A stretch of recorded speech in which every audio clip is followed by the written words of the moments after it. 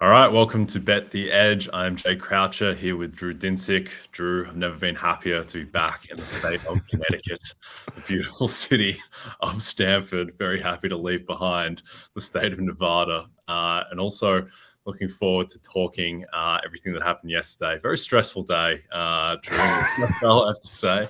I didn't have a circa million situation going on, which I can only imagine how that was, cheering for the Indianapolis Colts. But all these awards, there were no divisions to make, like one seed markets, all of that. And you spend all season pricing this stuff out, riding the bumps week to week. And then for a lot of those awards, I think, came down to yesterday. And we'll get into that later in the week. But what were your main takeaways from yesterday? Oh boy, it was a fun day of football. I think you have to, if you want to start with the high points, Buffalo running the kickback was probably my favorite football moment of the entire season. That was extremely cool.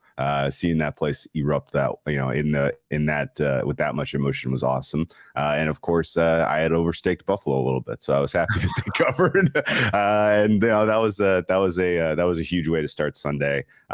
Really enjoyed the Saturday night drama with Tennessee and Jacksonville. Tennessee was so live to win that game all game long. They should have probably won. The Jags defense, sort of the last unit that I expected to make the difference, comes through with the fumble six, and actually helps that game land in the middle, because I had played a lot of Tennessee and I had a lot of Jags to win the South. So that was kind of the ideal outcome. Yesterday's action overall was not super for me outside of the Bills. The Cleveland Browns, I have a special kind of cold place in my heart for them right now. Not only could they not get a competitive effort against the Steelers, but they couldn't even cover the teaser legs. That was the only long teaser that didn't get home yesterday, and then that busted up some of the round robin longs that I had going. The two kind of major takeaways I wanted to bring up and see if you agree with me. The Cowboys and the Chargers both treated those games that were relatively meaningless like dress rehearsals in terms of how much time they gave their starters, and they were awful. Do you give them a free pass for those performances, or do you downgrade in LA going into Wild Card weekend? I think the biggest thing to me to come out of those two performances, and by far the most important thing, is that Mike Williams got hurt.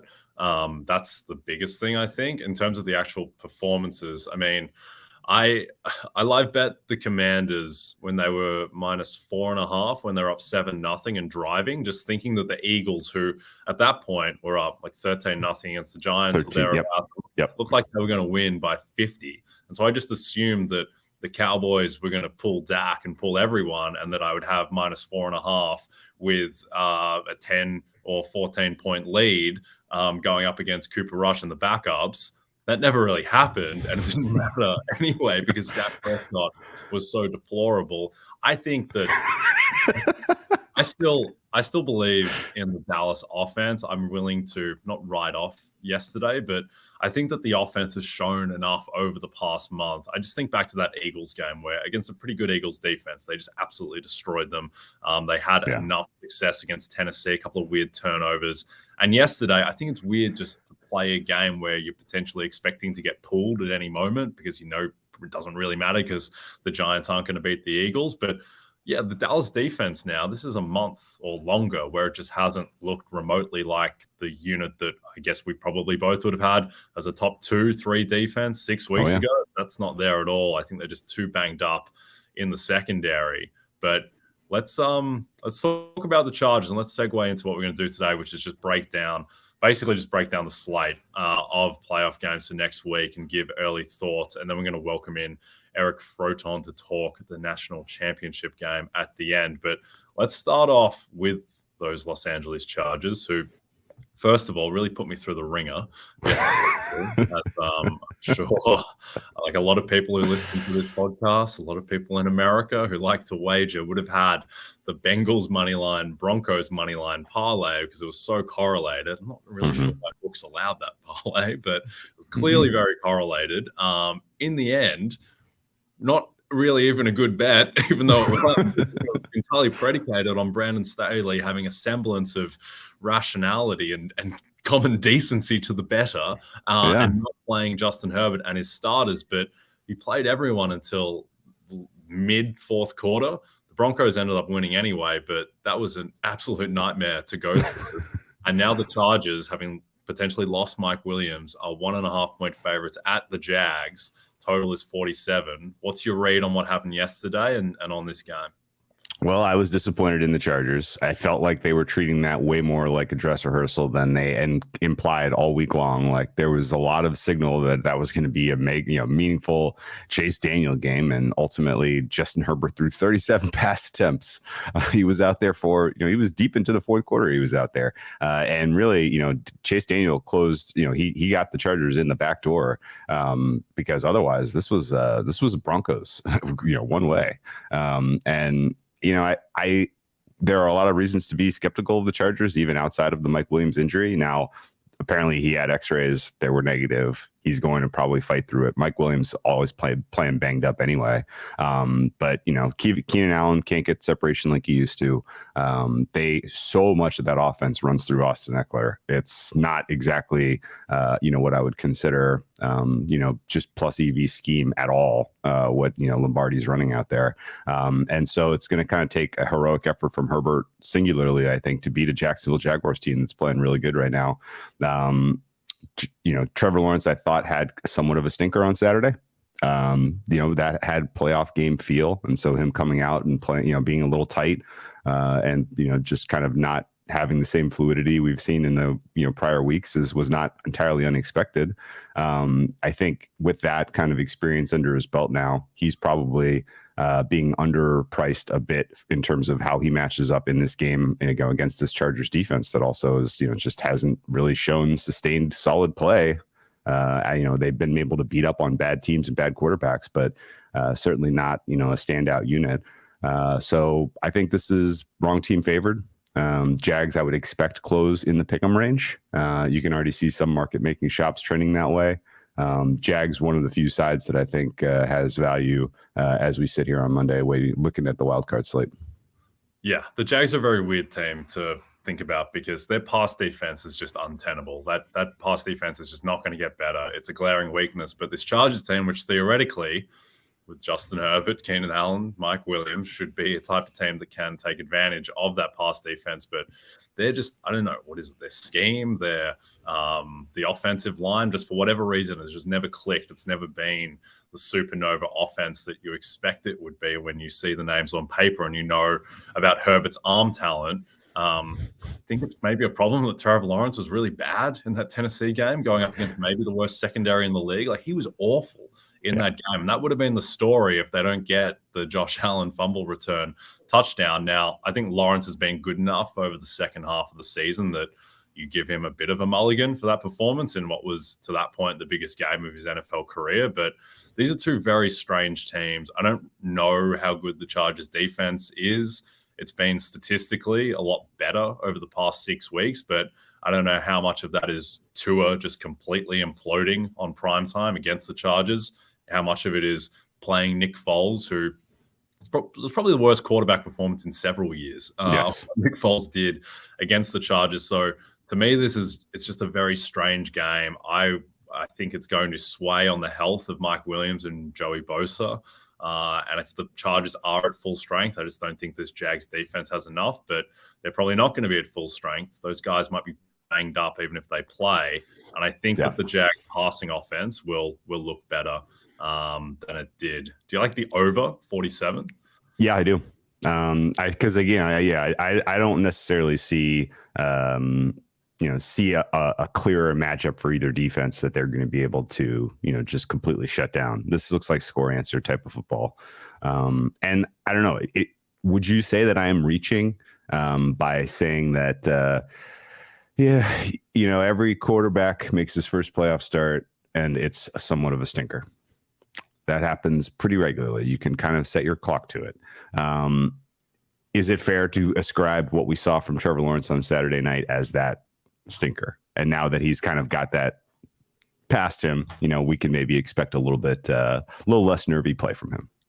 Yeah, I think that's reasonable. When you said that, the first performances that come to mind, or the one that really comes to mind, is Lamar Jackson against the Chargers, where he just could not hold on to the football and was fumbling for fun. And then obviously comes back the next season and wins the MVP. So, yeah, I think Lawrence just seemed tight, and which is a difficult thing to assess objectively, but he was just sailing passes. It felt like he was trying to avoid turnovers, and that manifested in the worst way with missing the wide open Zay Jones in the end zone. So, yeah, I think there is enough that we've seen in the second half of the season from Lawrence and that passing offense that you'd expect them to get right against the Chargers, who, I mean, I don't know how much we read into yesterday, but I mean, Russell Wilson looked a lot like Russell Wilson in that game, and I think Wilson's actually going to be good next season. I think he's going to get back to being an average quarterback, and I think MVP Russ is coming back. But I mean, that defense did get lit up. Just quickly on that before we move on to Dolphins Bills, just with the Broncos and Russ, what do you think of? Because I think Russ is going to win comeback player of the year next year. I think he's current market favorite. Yeah, James, I was hoping he'd go up at 30-1 or something ridiculous. But the thing is, good. And it's trivial to talk about awards in this context, but if DeMar Hamlin takes the field next year, then they should just name the award after him. But yeah, I think that Russ, I mean, he's looked a lot better the past month, both games against Kansas City yesterday. And I think it might be a Nathaniel Hackett, it might be an Urban Meyer situation where whoever comes in, that team's going to look a lot better next season. Yeah, and I think that's the key. Who do they hire? If they make a good hire, then you're probably getting excited for Broncos football. It's pretty clear there's some signal there that says Hackett was a big part of the problem. Yeah, I think that's probably fair. All right, let's get to two well-coached teams in the Dolphins and Bills. But just a reminder first, if you don't have the NBC Sports Predictor app, go download it now. The contests are free and easy to play, and you have a shot to win thousands this weekend by predicting what will happen during Wild Card round and the Premier League, including 2 shots at $100,000 by guessing the outcome in our Sunday Night 7 contest between the Chargers and Jags, as well as the Ravens and Bengals. All right. Dolphins Bills, which is, I would say, the line that is in the most flux. And this, I don't think it's really a real line at the moment because we don't know what's going to happen between Teddy Bridgewater, Skylar Thompson, whether Tua could even come back. He's not been definitively ruled out, though at this point I would not expect him to play. Now, this line closed 7 a couple of weeks ago when it was Tua. I suspect that even if Tua was back, given the attrition that the Dolphins are dealing with, Tyreek Hill's got nothing left in that ankle. That was awkward to watch yesterday. He was just limping around out there. Jalen Waddle's banged up. Teron Armstead, Bradley Chubb, Xavier Howard, these guys have all been dealing with injuries. What do you make of this game? Yeah, limits are circled here, so you cannot get a full stake on this game because we do not know who the quarterback for the Dolphins is going to be. Even the kind of connected people don't know. I don't know if the Dolphins know. I think they are hopeful that somehow, some way, Tua is going to wake up and feel great and be ready to go and give them some kind of a puncher's chance here. I mean, in the long arc for the Dolphins, you really, really want to get to a start so he kind of gets his playoff feet wet. I don't think you really want to, head into next season without, some idea of how he can perform in this kind of a situation. But that said, it's a very scary injury he's dealing with. That's long-term health, is going to be contingent on him recovering well from this. So if this is Skylar Thompson, this probably goes to Buffalo -14. If this is Teddy Bridgewater, it probably goes to Buffalo -13. I don't know that there's a huge difference there. Teddy's been bad this year, although, Skylar Thompson is really, really, really, really not up for a playoff start. So there's been a little bit of, some money showed up here for an over. 44 is probably where this closes. Buffalo Bills are going to drive that boat in terms of their offense scoring against the Miami defense. That's very, very overmatched here. I think the game in the snow that was before Christmas, the 16th, was a really good competitive game. The Dolphins obviously covered.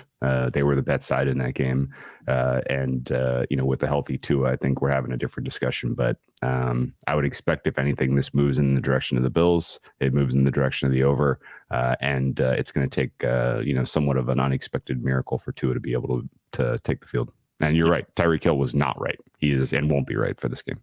Yeah. So you think there's a legitimate chance Tua plays in the market right now at 11 is reflecting that if you think it's 13 with Teddy? Yeah, I think so. And I mean, maybe 20%. It's low, but I think that there is some realistic chance there. I have not heard them specifically rule him out. And, they seem to be a little bit more on the aggressive side as far as teams go, as putting players back in the game. So we'll see. Yeah, I think this is one where also it's not just the quarterback situation, but just seeing the practice reports around particularly Armstead and Hill. I know Armstead played and he should be okay, but I mean, he played previously and then just missed the Patriots game. So I think Teron Armstead's body needs the offseason because he is completely just banged up at the moment. So hopefully he and Hill are able to go and are able to be close to 100%. And then I guess, personally, I don't want to see Tua out there. I'd rather just be Teddy Bridgewater, and it's a bit more interesting of a game, and you don't have to worry about all the stuff going around Tua. But we'll talk about that once we get clarity on who's going to be playing. Now, Ravens-Bengals, this was the line. Each week, I like to play the Guess the Lions game just by myself. Down in the Evernote app, I think the lines will be. And this one was the one that I was way off on. Bet Ravens at Bengals, the Sunday night game on NBC. It's Bengals -6.5. The total is 43.5. I thought this was going to be more like 4.5 or 5. I guess I was probably just weighting in certainty too much around Lamar Jackson playing, and we probably don't have that certainty. But what do you think of this line? Well, for our corporate buddies at NBC, we're hoping for Lamar Jackson if that's the Sunday night game. And I mean, every indication is he's going to go. He hasn't practiced in a month. He's going to be rusty. He doesn't have a lot to work with. And in the back of my head, the last couple of weeks, I've been thinking, is he doing this because he's trying to preserve his value for the open market next year? Does he know he's done with the Ravens? Is that part of his decision making? And I haven't gotten any clear answers from anyone here. So I think realistically, this comes down to, is he willing to go? The team will clearly put him out there if he is, because their other options are not viable. And the Ravens defense is maybe the more important part of this handicap because they can't cover the Bengals. I don't know how many more times we need to see it. They're not fast enough. They can't match speed with speed. And what Jamar Chase did in that game yesterday, I think was a preview of plan A, B, and C here for the Bengals this week. Bengals, they are a very scary offense right now. This team is going to put up 30. The question is, can the Ravens answer? And if Lamar Jackson is in there, they really are going to try to, I would guess, employ a keep away type of game where, 15 play, 10-minute type of drives to keep their defense off the field. I would guess that's sort of the objective. But, again, without anyone really to throw to besides Mark Andrews, this Ravens offense just doesn't have the teeth and doesn't have the horses to keep up with the Bengals. So my guess is that the bet is to be made on the Bengals when you get confirmation that Lamar is the quarterback. And this maybe goes down into the 4.5 range. Yep. Yeah, I think potentially 4.5, 5, I guess, because I think that surely has to be baked in that Lamar is a pretty strong candidate to play.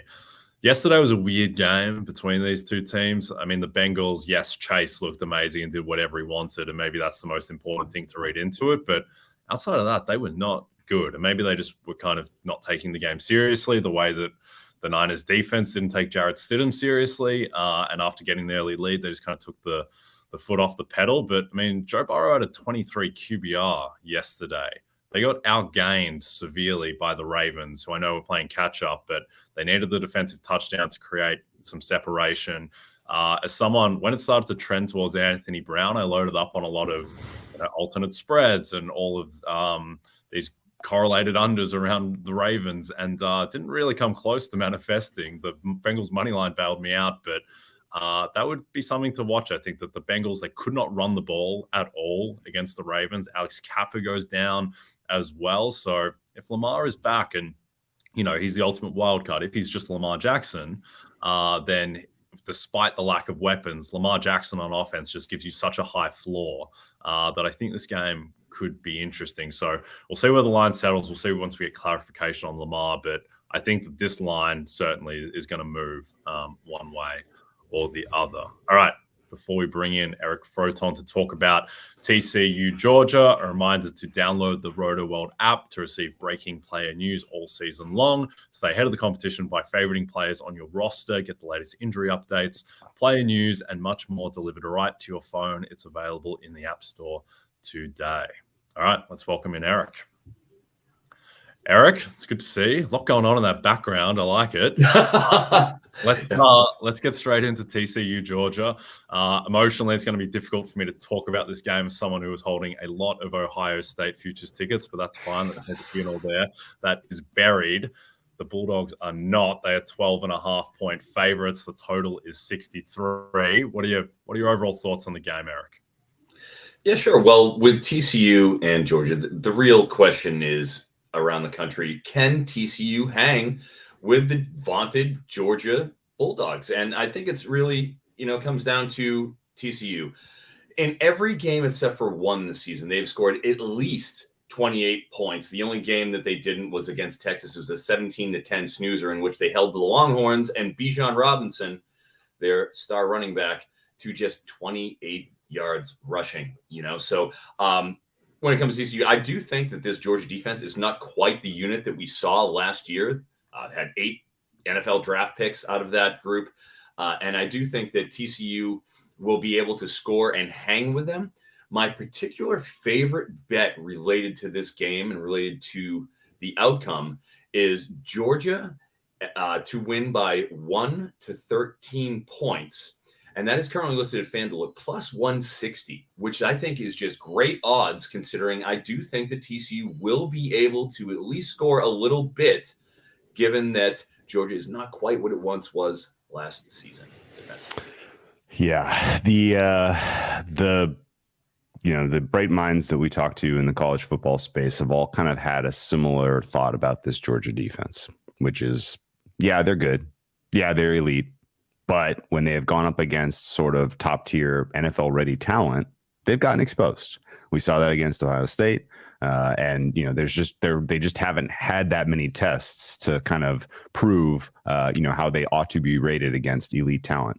In your opinion, are there, kind of NFL quality players out there for TCU that can put that same kind of pressure on Georgia? Or is the kind of major takeaway people are going to be like, oh man, that Georgia defense just as good as last year. They were nasty. Like that it feels like that particular matchup drives this. And I don't know, what are your feelings about Duger and some of the skill position players for TCU? Are they on the same level in the same discussion as Ohio State?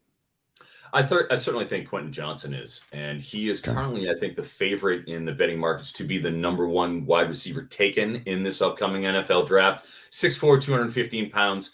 There isn't a lot of big receivers. There was Drake London last year, and now that really is Quentin Johnson coming in the season. He has the ability to take the top off of defenses. He started at 91.5 yards on the prop market. He's actually down to about 81.5 right now. So we've kind of seen which way the wind is blowing, where the market expects Georgia to tilt coverage a little bit to Quentin Johnson. And that's going to be important because they also have another exceptional NFL caliber running back, Kendre Miller, who is currently trending as probably a round 3, maybe round 4 type prospect, and has everything you're looking for that next level. 6 foot, 220 pounds. He led the nation in yards after contact in 2021 and has only increased that sort of acumen this season. Now, he went down last game against Ohio State. So the fact that he didn't play most of the game, only got 8 carries, it was Emari DeMarcado who actually ended up being the bell cow and running for over 150 yards in that game. Can he do that again? Because frankly, Kendre Miller is a game time decision, and I don't think he's going to be able to come back on a short rest, only 9 days, after being out in a pivotal game against Michigan that went down the wire. So those are the two big skill players that TCU has, but one of them is banged up. So, we'll see how the offensive line for TCU that did a great job against Michigan, they're going to have to really bow up again today.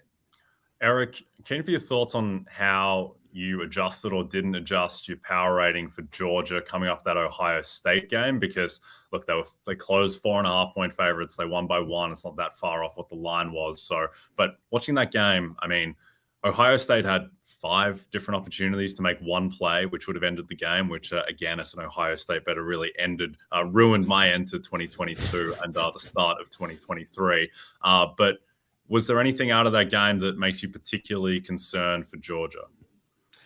Well, yeah, sure. And, it gets to their defense again. I mean, I don't mean to go back to the well there, but they allowed 20 points to Kent State. 5 teams this year scored at least 20 points on Georgia. So when I'm going and I'm looking at that, I'm thinking, look, there's a way. I do think that there is a path for TCU. Now, it's going to require a top to bottom effort from the Horned Frogs, and they're going to have to be exceptional. And they've managed to win 4 games this season that they had sub 50% win expectancies. So they have been magical in that sense, where they've managed to be dramatic and just finish games perfectly. I do think that's an issue for Georgia. I'm interested to see what their approach is going to be on offense. Are they going to try to bully ball TCU and slow down the game and try to just salt it away with their 3-headed running back rotation? Or are they going to, ride the arm of Stetson Bennett, tested veteran? We've seen him do it. He was down 2 scores against Ohio State and he led them back. So I do like, from a props perspective, I think Adonai Mitchell is going to be a real factor on the outside for Georgia. He was hurt most of the season. 3-star true freshman last year, went and started 13 games as a 3-star. That's almost unheard of in that sort of a talented room that Georgia has. So I do think that you're going to see a little more passing out of Georgia than we're probably used to. And I'm expecting a big game out of Adonai Mitchell.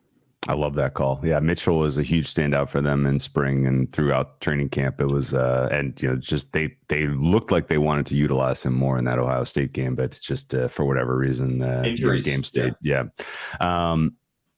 Curious your thoughts on the TCU defense, particularly their defensive line. TCU was meaningful dogs to Michigan. People just kind of expected Michigan was going to get the win. One of the reasons was Michigan had the best offensive line in the country, and people just kind of figured that they're going to win their 1v1s. But having watched that game, I will tell you that they got outplayed by the defensive line for TCU. There were some particular standout performances on that D line. Is there a repeat performance coming against what is potentially a more advantageous matchup here? I mean, the offensive line for Georgia, I would say, is meaningfully, a tier below what just the talent for Michigan. If Stetson Bennett is finding himself under pressure pretty regularly in this game, are we staring at a total of 63 that is maybe a hair too high? Absolutely. And, I've seen a few of the, models out there that I respect. And a couple of them have a pretty low scoring game out here, a total in the 40s, even potential. I think that's possible. Absolutely. And, as you mentioned, the TCU defense, D Winters was a monster against Michigan. God, he was a pleasure to watch. And I got to think he'll be geared up again. And on the edge, Dylan Horton was in that backfield and was a real problem for J.J. McCarthy. In fact, he had a pretty good rush on one of McCarthy's interceptions that caused him to kind of hurry that throw up. And we saw, TCU, their defense, 2 interceptions, 2 defensive touchdowns. Their game plan was tight. I thought they outcoached Michigan in that game. And I don't think you can really deny it that Michigan didn't make the adjustments on defense until well into that second half that allowed them to even kind of crawl back into it. So I really do think that's an issue, for Georgia in terms of the way they were coached. And again, as we talked about, does Georgia choose to try to slow this game down? Use McIntosh, use Dejan Edwards, use, that bull, Kendall Milton, who hasn't really been unfurled this season the way they want to in a power run fashion. Do they try to really slow it down and control the clock? I think that's a very realistic outcome. I wasn't on the over-under, particularly because of that possibility, but I do lean under. Yep, I like it. All right, before we say goodbye, Eric, can you hit us with some other player props that you like? I mean, I know you mentioned the Mitchell one, but anything else that stands out on the prop slate? Oh, absolutely. I like again with Georgia, Lad McConkey, wide receiver for the Bulldogs. Now, McConkey had been a really valuable sort of a safety valve type option, and they game plan him touches, some screens, some of those quick slants and stuff. And it just seems like when they needed a third down, he was the guy. Again, another fairly unheralded recruit who worked his way up the depth chart. But the problem is, against Georgia Tech in the final regular season game, he got hurt. He only played about a handful of snaps, and that was a problem in, leading into the conference championship. Fortunately, he was able to play and had a pretty good game against LSU. But in the offseason, Georgia had almost 30 practices leading up to the first playoff game, and he was barely present, up until the very last week, the last couple of practices on the field due to a recurring knee injury that has really been nagging him. And you saw it affect him last game against Ohio State, where he only had 4 targets. He caught 2 of them for -1 yard. They weren't targeting him downfield. They were giving him, again, those short little bubble screens or those manufactured touches in order to kind of keep him involved in the game plan. But he was really used as more of a decoy. And we saw it on when Arian Smith caught that jailbreak touchdown wide open down the left sideline on the ensuing 2-point conversion. Lad McConkey caught a little quick hitch, a little quick out, and right on the goal line, and he got submarined. And you saw him after that play in the fourth quarter limping his way to the sideline. And then when he was on the field in that subsequent drive, he wasn't running full speed. You could clearly see he was just kind of going through the motions, wanted to be out there, wanted to help, but he wasn't himself. I am backing the under 40.5 receiving yards for Lad McConkey. He opened at 46.5 on FanDuel. I got that immediately. Went down to 36.5. And he is now actually back up to 40.5, 39.5 on the domestics. If you can get anything higher, I really like it at that 40.5 mark. I think it's going to be really tough for him to hit that. Okay, there you go. The under on Lad McConkey, one of the best names in college sports, of course, Lad McConkey. All right, Eric, thanks for joining us. Can you tell people where to follow you? Absolutely. You can follow me here at NBC Sports. I will be heavily involved in the offseason doing NFL draft content, of course, and I appreciate your time. Thanks for having me on, guys. Thanks, Eric. Fingers crossed for Georgia 1-13. Though, to be honest, Drew, I hope both these teams lose tonight. Ohio State, Ryan Day absolutely broke my heart. Really good move from Ryan Day with the season on the line to settle and play for a 50-yard field goal from a bloke named Ruggles. Fantastic stuff. Final score tonight, Drew? Georgia 13, TCU 10. So give me under everything in this game. Under the player I'll stay away from Mitchell. I agree Mitchell's going to be involved, but under everything. I just don't see a game state that's going to be anywhere close to what we saw in the semifinals. People, if they think they're tuning in for a popcorn match, no, this is going to be a chess match. Okay. 13-10. I'll say Georgia wins 14-11. There you go. Ooh, I like it. Yeah. Scoregami. Let's go. Yeah. That's probably not a scoregami. Well, it's a scoregami for national championship games. Absolutely. All right. Don't forget to check out NBCSportsEdge.com for more information to help you with your wagers. Thanks to those watching on the NBC Sports YouTube channel. And if you're listening to us in podcast form, don't forget to subscribe and rate us. We'll be back tomorrow to break down the NFC Wild Card games and much more. From Jay Croucher and Drew Dinsick, have a great day.